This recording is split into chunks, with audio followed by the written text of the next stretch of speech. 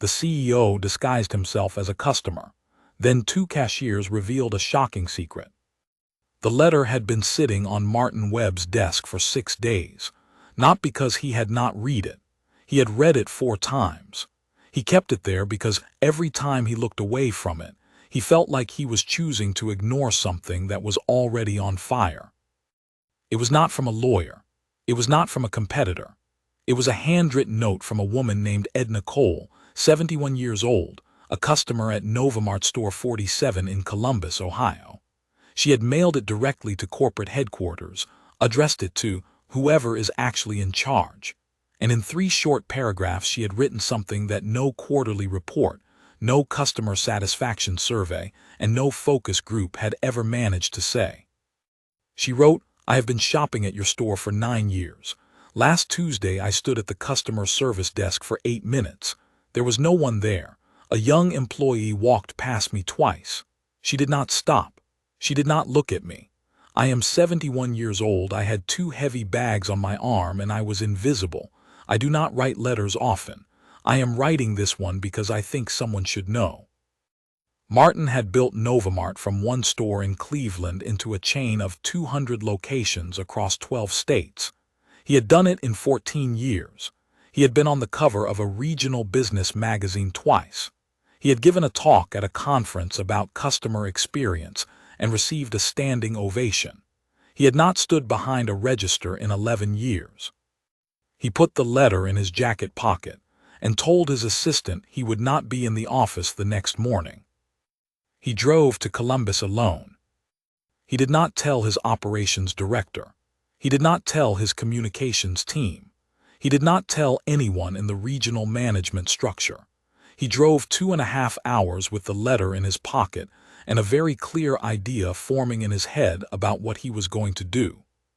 He stopped at a gas station outside Columbus and changed his clothes in the bathroom.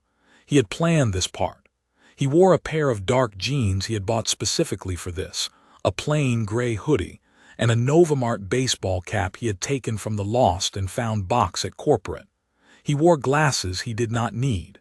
He left his watch in the glove compartment. It was a watch that cost more than most people at store 47 made in 3 months, and he knew it, and he left it there. He looked at himself in the gas station mirror. He looked like a man who drove a truck or fixed things for a living. He looked like nobody. That was the point. He pulled into the Novamart parking lot at store 47 at 9:43 in the morning on a Thursday. The lot was about half full. A shopping cart was sitting diagonally in the middle of a parking space near the entrance, blocking it completely. It had been there long enough that someone had pushed another cart against it. 2 carts, sitting in the middle of a space, and the cart return was 15 feet away. He walked past them and went inside. The store was the kind of busy that does not feel energetic. It feels tired. There were customers moving through the aisles, but the energy was low, the way it gets when a place has been running on less than it needs for too long. Martin walked slowly. He picked up a basket. He moved through the produce section first because the produce section always tells the truth about a store. You can fake a lot of things in retail. You cannot fake produce. Either it is fresh and well arranged and someone is paying attention, or it is not. The bananas at the front were fine. The apples looked good. But the leafy greens at the back of the section had not been misted recently and were starting to curl at the edges. A price tag had fallen off a bin of bell peppers and nobody had replaced it. A small puddle of water had collected near the base of the refrigerated section, and there was a yellow wet floor sign next to it, which meant someone had seen it and put out the sign, and then not fixed the actual problem. Martin noted all of it. He did not write anything down. He had a very good memory for the kinds of details he did not want to have. He moved through the store the way a regular customer would. He took his time. He picked up a box of cereal, checked the price, put it in his basket. He walked through the bread aisle, which was fine. He went down the household goods aisle, which had a gap on the shelf large enough to park a bicycle in. Whatever product was supposed to fill that space had been gone long enough that the shelf tag beneath it had been covered over with a blank white sticker. He found the customer service desk on his way to the registers. It was empty. There was a small sign that said "Be right back," but the sign was laminated, which meant it was not written that morning. It was a permanent sign. A laminated "Be right back" sign is not a message. It is a policy. He stood there for a moment. He counted in his head. 1, 2, 3. At 11 seconds, a young employee walked past the desk. She was carrying a box of something and moving with purpose, which he respected, but she did not slow down, did not make eye contact, did not say, "Someone will be right with you." She walked past and turned the corner and was gone. Martin stood at the desk for 2 more minutes. No one came. He walked to the registers. There were 8 registers in store 47. 4 of them were self-checkout. Of the 4 staffed registers, 2 were closed. A third had a light on but no cashier visible. The 4th had a line of 7 people. Martin got in line. He was number 8. The cashier at register 4 was a young woman moving fast. She was scanning items and bagging them and greeting each customer, and doing all of it at a speed that made it clear she was very aware of how long that line was. Her name tag said Destiny. She had her hair pulled back and she was wearing the standard Novamart vest, and she looked like someone who had started her shift several hours ago and had not slowed down once. Martin watched her work. He watched the way she handled a customer who had a coupon that did not scan correctly. She did not sigh. She did not call for help in a way that sounded like a complaint. She looked at the coupon, told the customer she was going to sort it out, and then made a quick decision and moved on. 30 seconds. Done. Next customer. He watched the way she spoke to an older man who moved slowly and counted his change out by hand. She did not rush him. She did not tap her fingers or look past him at the line. She waited and she smiled at him, and she told him to have a good day and meant it, or at least performed meaning it so well that the difference did not matter. Martin moved up in the line. He put his basket on the conveyor belt. Cereal, a bottle of water, a bag of apples, a box of granola bars. He had not needed any of these things. He had bought them to have a reason to stand in the line. When he reached the front, Destiny looked at him the way she had looked at every other customer. Direct, ready, no wasted time. "Find everything okay today?" she asked. Martin almost said yes out of habit, out of the polite reflex that makes everyone say yes to that question even when the answer is complicated. But he stopped himself. He thought about Edna Cole's letter in his pocket. He thought about the empty customer service desk and the laminated "Be right back" sign and the gap on the shelf in aisle 6.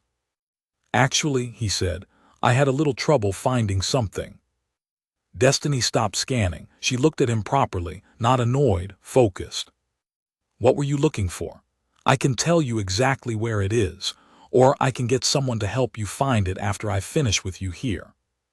"The product isn't the issue," Martin said. He kept his voice low, calm, friendly. "The shelf in aisle 6 has a big gap. There's no product there and the label's been covered. Has that been like that long?" Destiny looked at him for a moment. He could see her deciding something, running a quick calculation about what kind of customer he was, what kind of conversation this was going to be. "A few weeks," she said. She went back to scanning his items. "It's a system issue. The inventory alert didn't flag the restock. I mentioned it to the floor supervisor. And I'm a cashier," she said simply, not bitterly, just accurately. Martin paid for his things. He thanked her. She handed him his receipt and told him to have a good day and turned immediately to the next customer because there were still 4 people behind him, and she was the only register open that could handle them. He walked toward the exit, then turned around and walked toward the back of the store instead. He needed to find the stockroom. He needed to find the other person. Because in that short conversation, Destiny had told him something important without meaning to. She had said she mentioned it to the floor supervisor, which meant the problem had been seen, which meant the problem had been reported, which meant the problem had survived the report and kept on being a problem anyway. That meant it was not a store 47 problem. That meant it was his problem. Martin Webb walked toward the back of the store with his plastic bag of things he did not need and a feeling in his chest he had not had in a long time. Not anger, not embarrassment, something older and quieter than both of those. It was the feeling of being responsible for something and having forgotten it. He had forgotten what his stores actually felt like from the inside. He had forgotten what it felt like to stand at a broken desk for 2 minutes while everyone walked past. He had forgotten that there were people like Destiny working their hardest inside a system that was not working hard enough around them. He had forgotten all of that in the years of reports and meetings and presentations and magazine covers. Edna Cole had not forgotten. She had written a letter.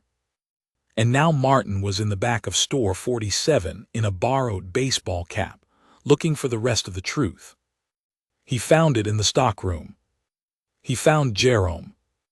Jerome Ellis was 31 years old, and he had been working at store 47 for 4 years. He had come in early that morning, as he did most mornings, not because his schedule required it, but because he had looked at the delivery manifest the night before and knew that someone needed to be there at 6 to handle it. And if he was not there, nobody would be. He had a wife at home and a daughter who was 3 years old and who called him Daddy in a voice that made everything else feel manageable, and he came in early anyway because that was the kind of person he was. He was rearranging a pallet in the stockroom when Martin found him, moving boxes with the focused efficiency of someone who has done the same physical work long enough that his body does it while his mind is somewhere else.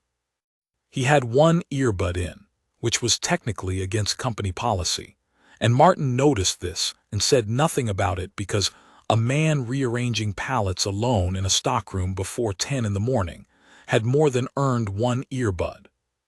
Martin asked him how long the situation in aisle 6 had been going on. Jerome pulled the earbud out. He looked at Martin. He did the same quick calculation Destiny had done, reading this customer, deciding what kind of conversation was happening. 3 weeks, Jerome said. 3 weeks, Martin repeated. Closer to 4, Jerome said. I flagged it twice in the system, put in a ticket both times.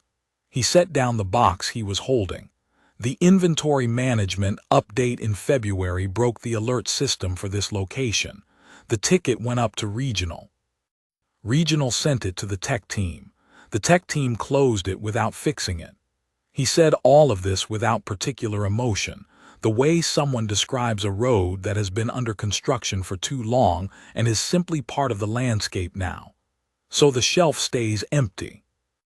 Martin looked at him. How do you know all the details of what happened to the ticket?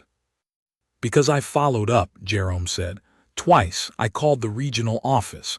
They told me it was being handled. That was 6 weeks ago. Martin stood in the stockroom and absorbed this.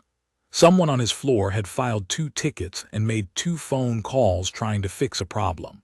The problem had survived all 4 of those attempts and was still sitting in aisle 6, an empty shelf with a blank sticker where the price tag should be.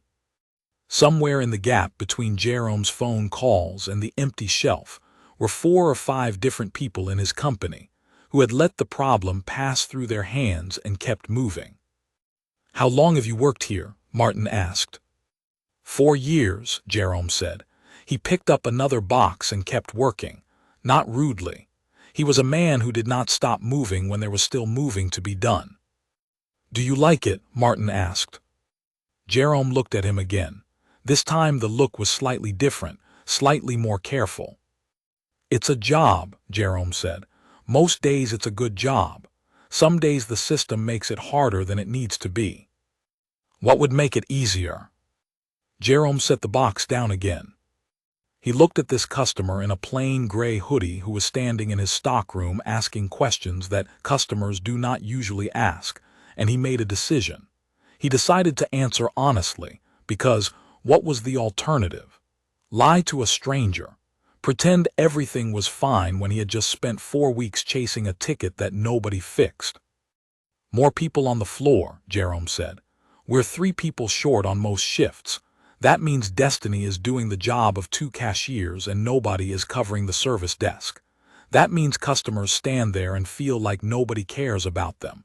And it's not that nobody cares, it's that there's only one of her and 7 things that need doing at the same time. He paused. Better communication from corporate about system issues. When the inventory system breaks and an employee files a ticket, someone should call that employee back and tell them what is happening. Not close the ticket. Actually fix it, and tell the person who reported it that it is fixed. Martin nodded. And stock the shelves on time, Jerome added. I know that sounds simple, but this store gets deliveries that sit in this room for 2 days sometimes because there is nobody scheduled to move them. And the shelves go empty, and the customers see empty shelves and they think we do not care. We care. We just cannot be in 4 places at once. Martin stood in the stockroom for a long moment. He thought about the conference talk he had given about customer experience. He thought about the slide he had used that said, every customer interaction is a reflection of your company's values. He thought about the standing ovation. He thought about Edna Cole standing at an empty desk for 8 minutes, with heavy bags on her arm. One more question, Martin said. Jerome looked at him. The last Friday of every month, Martin said. I heard something about that, about you and Destiny. Jerome went very still.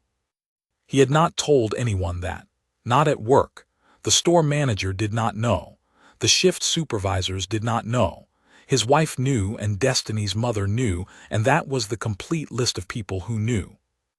Where did you hear that? Jerome asked quietly. I have not heard anything specific, Martin said honestly. But the way Destiny spoke to that customer with the coupon, the way she talked to the older man who counted his change, the way she spoke to me, that is not a person who just does a job. That is a person who thinks about other people when she does not have to. And you come in early when your schedule says you do not have to. So I thought maybe there was more to it. Jerome looked at this man in the gray hoodie for a long time. Then he told him. He told him about the older woman named June who used to come in every Thursday and buy a full cart of groceries, and then started coming in every other week with a smaller cart, and then started coming in once a month with a basket. He told him about the man named Gary who bought the same brand of soup every week for a year, and then stopped coming in, and how Destiny had asked around until she found out that Gary had lost his job and was managing very carefully. He told him about the family with 4 kids who lived 8 blocks from the store and who Destiny recognized, because the oldest boy came in sometimes alone to buy bread and peanut butter with coins he counted out on the conveyor belt, and how Destiny had started keeping track. He told Martin that he and Destiny had started pooling money together on the last Friday of every month. Not a lot. Whatever they could manage between them after their own bills were handled. They used it to buy groceries, not fancy groceries. Bread, eggs, canned goods, rice, pasta, things that lasted. They packed them into plain bags and left them quietly where they were needed. They had done it for 11 months.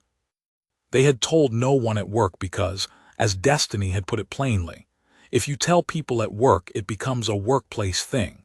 Someone takes a picture. Someone mentions it in a meeting. Someone puts it in the company newsletter and it stops being about June or Gary or the family with 4 kids and starts being about the company. And then it is not the same thing anymore. So they had kept it between themselves. Martin stood in the stockroom with a plastic bag in his hand and said nothing for a long moment. Jerome looked at him. Are we in trouble? He asked. He was not afraid exactly. He just wanted to know clearly. No, Martin said. And then, because it felt like the only true thing to say, you are the least in trouble of anyone I have met in a long time. He left the stockroom. He walked to his car. He sat in the parking lot of store 47 for 22 minutes without starting the engine. He was not planning. He was not strategizing. He was not thinking about press releases or structural reforms or regional management accountability. He was thinking about Jerome coming in early when his schedule said he did not have to. He was thinking about Destiny with 7 people in her line, giving the older man all the time he needed to count his change. He was thinking about 2 people on a store floor in Columbus, Ohio, quietly buying groceries for neighbors they barely knew with money they could not easily spare, and telling nobody about it because telling people would change what it was. He was thinking about what kind of company he thought he was running, and what kind of company he was actually running, and how much space existed between those 2 things. When he finally started the engine, he did not drive to the regional office. He did not call his operations director. He drove back toward the highway, and he made 3 phone calls, and all 3 of them were to people he needed to start fixing something with, and none of the calls were about how to make the story look good. The story was not the point. The people were the point. He had just needed to stand in the right place long enough to remember that. Jerome found out 3 days later. He was sorting through deliveries in the stockroom, same as always, earbuds in, same as always, when the store manager came back and asked him to step into the office. Jerome took out his earbud and followed, running through the list of things he might have done wrong, coming up empty, which did not entirely settle his nerves because, in his experience, the things that catch you off guard are never the things you were prepared for. The store manager, a man named Craig who had been running store 47 for 2 years and was generally decent and occasionally overwhelmed, closed the office door and sat down and looked at Jerome with an expression that Jerome could not read. "I got a call from corporate yesterday," Craig said. Jerome waited. "Not from regional, directly from corporate, from Martin Webb's office." Jerome kept his face calm. He was good at keeping his face calm. "The inventory system is being fixed," Craig said. "Not just ours, all 200 stores. Apparently there's a full review happening of how tech tickets are handled, and our location's tickets were specifically mentioned as an example of a failure in the system." Craig paused. "I also got a staffing authorization I have never seen before. We're being approved to hire 3 additional floor employees immediately, and there's a new minimum coverage policy coming that regional cannot override." Craig looked at Jerome. "Do you know anything about this?" "Not exactly," Jerome said. Craig studied him. "A man came in here 3 days ago, asking questions on the floor in the stockroom. Gray hoodie, baseball cap, glasses." Jerome said nothing. "That was Martin Webb," Craig said. The office was quiet for a moment. "Oh," Jerome said. "He was disguised," Craig said, which sounded strange to say out loud, and Craig clearly felt that because he stopped and started again. "He came in as a regular customer. Nobody knew." And something he saw and heard in the store triggered all of this. Craig gestured vaguely at the authorization paperwork on his desk. "He also asked me specifically about 2 employees. He did not explain why." Jerome looked at his hands. "You and Destiny," Craig said. Jerome looked up. "He did not tell me what the conversation was. He asked me how long you had both been here, what your work history looked like, whether there had been any performance issues." Craig leaned back in his chair. "I told him you were 2 of the best people on this floor, and that if the company had any sense it would figure out how to keep both of you." He paused. "I meant it." Jerome was quiet. "Destiny is being offered a shift supervisor position," Craig said. "Full promotion, better pay. She has until the end of the week to decide." Jerome nodded slowly. "And you," Craig said, "are being moved to a new role. Floor operations lead. You would be the direct point of contact between this store and regional logistics, meaning when a ticket gets filed and nothing happens, it is your job to escalate it. You would have actual authority to do that. and the pay increase is significant. Jerome sat very still. He thought about his wife, who had asked him twice in the past year whether it was time to look for something else, not because she did not respect what he did, but because she worried about him carrying so much that was not officially his job to carry. He thought about his daughter and her voice. He thought about the deliveries he had moved alone in the stockroom at 6 in the morning, because nobody else was going to do it. "I need to ask you something," Craig said carefully. "The thing you and Destiny have been doing, on the last Friday of the month." Jerome's jaw tightened slightly. "How does he know about that?" Jerome asked. "He is a man who asks the right questions and pays attention to the answers," Craig said. "He did not give me details. He just said that he was aware of it and that he had a great deal of respect for it, and that he wanted to make sure it was handled correctly." "Handled correctly," Jerome repeated, and there was a careful flatness in his voice. "He is not going to make it a press release," Craig said. He looked at Jerome steadily. "He told me specifically. I asked him directly because I had the same concern you are having right now. He said, 'They are doing it quietly for a reason, and that reason deserves to be respected.'" Jerome breathed out slowly.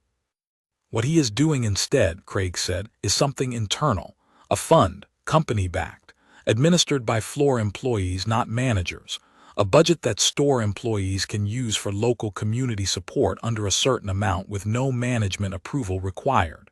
Craig paused. "It goes live across all stores in 60 days. He is naming no one. It will just exist, and the people who need it will have it." Jerome looked at the wall for a moment. "Why?" he asked. It was a simple question and he meant it simply. "I think," Craig said slowly, "because he stood in this stockroom and heard something that reminded him why he built this company in the first place, and then he went home and was honest with himself about how far the company had drifted from that." Craig folded his hands on the desk. "That is my guess. He did not say it in those words." Jerome stood up. He put his hand on the door. "Tell Destiny to take the job," he said. Craig almost smiled. "You might let her decide that herself."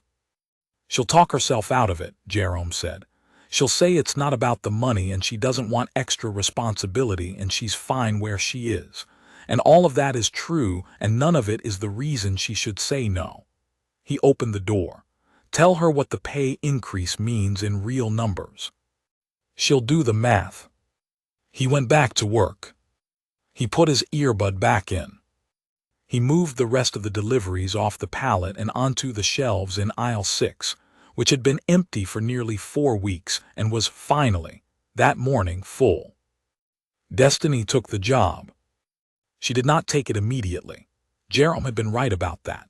She spent 2 days turning it over in her head, finding reasons it was not for her, finding reasons the timing was wrong, finding reasons that someone else would probably be better suited. She called her mother on the second evening and talked for 40 minutes, and her mother listened and then said, in the way that mothers say the thing you already know, "Baby, you have been doing that job for 2 years without the title or the pay. All they are doing now is catching up to what you already are." Destiny said she would think about it. She called Craig the next morning and said yes. Her first shift as supervisor was a Tuesday. She came in 30 minutes early, which was not required, and walked the entire floor before the store opened. She checked the produce section. She checked the service desk. She made sure it was staffed. She looked at the registers and confirmed that the coverage was what it was supposed to be. She found a young man named Oliver stocking the cereal aisle. He was new in his second week, moving slowly and carefully because he did not yet know where everything went and was afraid of making mistakes. Destiny stopped beside him and showed him the system they used to organize the aisle, not because he had asked, and not because it was technically her job in that moment, but because that was how she had learned, and because someone who is afraid of making mistakes needs someone to stand next to them until they are not afraid anymore. Oliver thanked her. "You do not have to thank me," she said. "Just pay it forward when someone new starts." She moved on. The store opened at 8. By 9, the floor was moving the way a floor is supposed to move, not perfectly. There was a register issue at 11 that took 20 minutes to sort out. A delivery came late. One of the stock team called in sick and Craig had to rearrange the afternoon coverage on short notice. These things happened. They always happened. The difference was that when they happened that day, there were enough people to handle them, and the people who handled them had enough room to do it without running on empty. Martin Webb did not come back to store 47 that day. He did not come back for 3 months. When he did come back, he did not wear a disguise. He wore his suit. He drove himself, parked in the regular lot, walked through the front door and picked up a basket. He walked the produce section first. The leafy greens were fresh. The bell pepper bins had proper price tags. There was no puddle near the refrigerated section. He walked aisle 6. The shelves were full. He walked past the customer service desk. There was someone there. He found Jerome near the back of the store, not in the stockroom this time, but on the floor, talking to a regional logistics rep about a delivery schedule. Jerome had a clipboard and he was making notes, and he spoke with the quiet authority of someone who knows exactly what he is talking about and has the role to back it up now.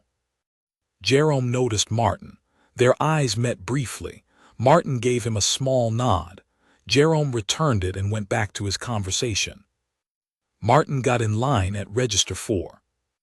There were 2 other registers open. The line was 3 people. He was number 4. Destiny was at register 4. She was showing Oliver, who was being cross-trained on the register, how to handle a price discrepancy without stopping the flow of the line.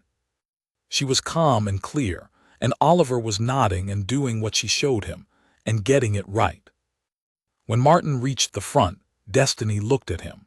She recognized him immediately.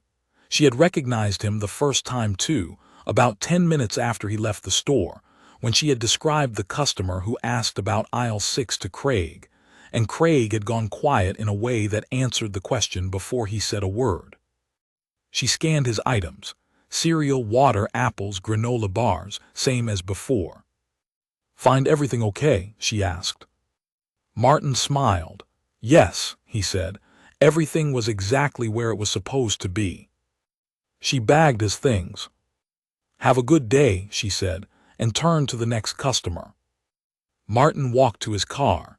He sat for a moment before starting the engine. He thought about Edna Cole's letter still folded in his jacket. He had kept it there. He had carried it to every meeting, every phone call, every restructuring conversation over the past 3 months, not as a prop, not to show people, just to remember that it had started there with a 71-year-old woman who had stood at an empty desk for 8 minutes and decided that someone ought to know.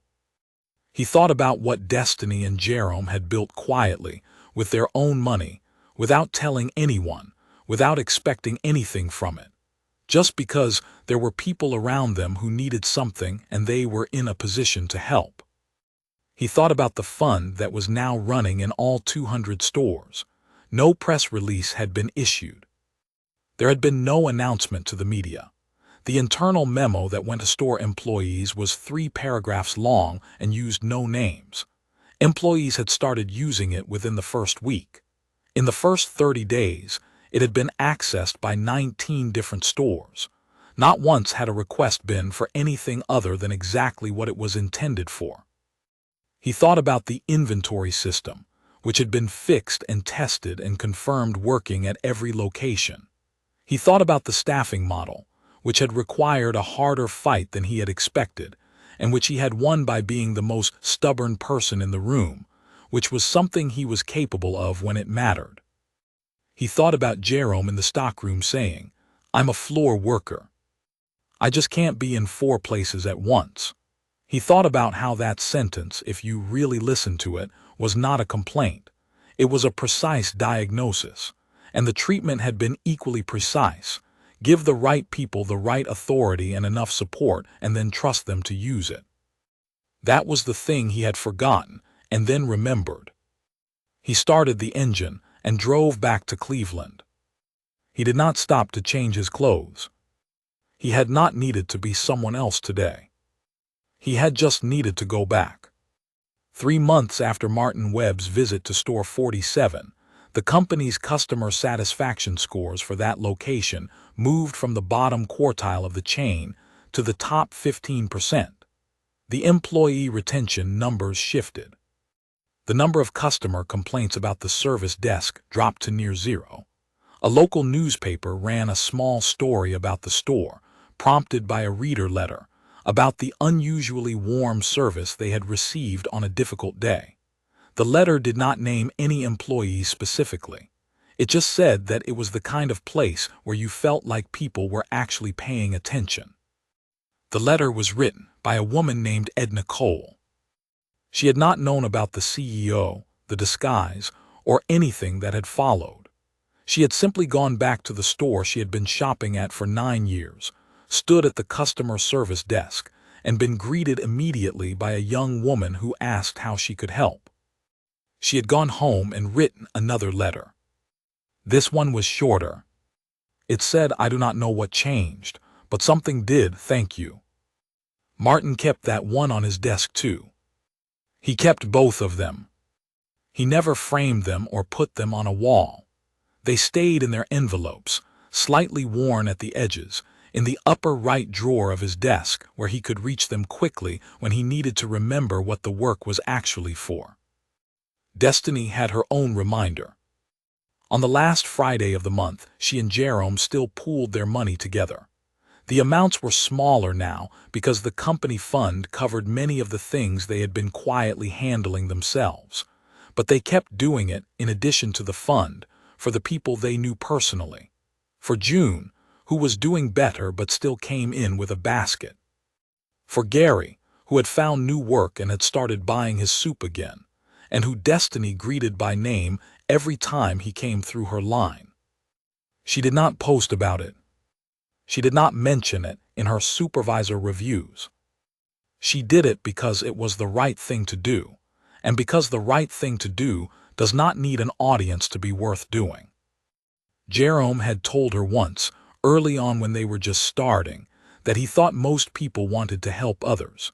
They just needed to feel like it was possible, like there was a path from wanting to help to actually helping that was not too complicated or too costly. Destiny had agreed. That was, in the end, what all of it had come down to. A CEO who was willing to stop being a CEO long enough to remember what his stores were actually like. 2 employees who had quietly built something generous in the middle of ordinary days. A company that had been reminded, just in time, of the difference between talking about its values and living them. And a woman named Edna Cole, 71 years old, who had taken the time to write a letter. Every single thing that changed had started with that letter. That is worth remembering. The biggest changes do not always begin in boardrooms. They do not always begin with strategy sessions or consultants or market research. Sometimes they begin with one honest person deciding that someone ought to know. And someone finally listening.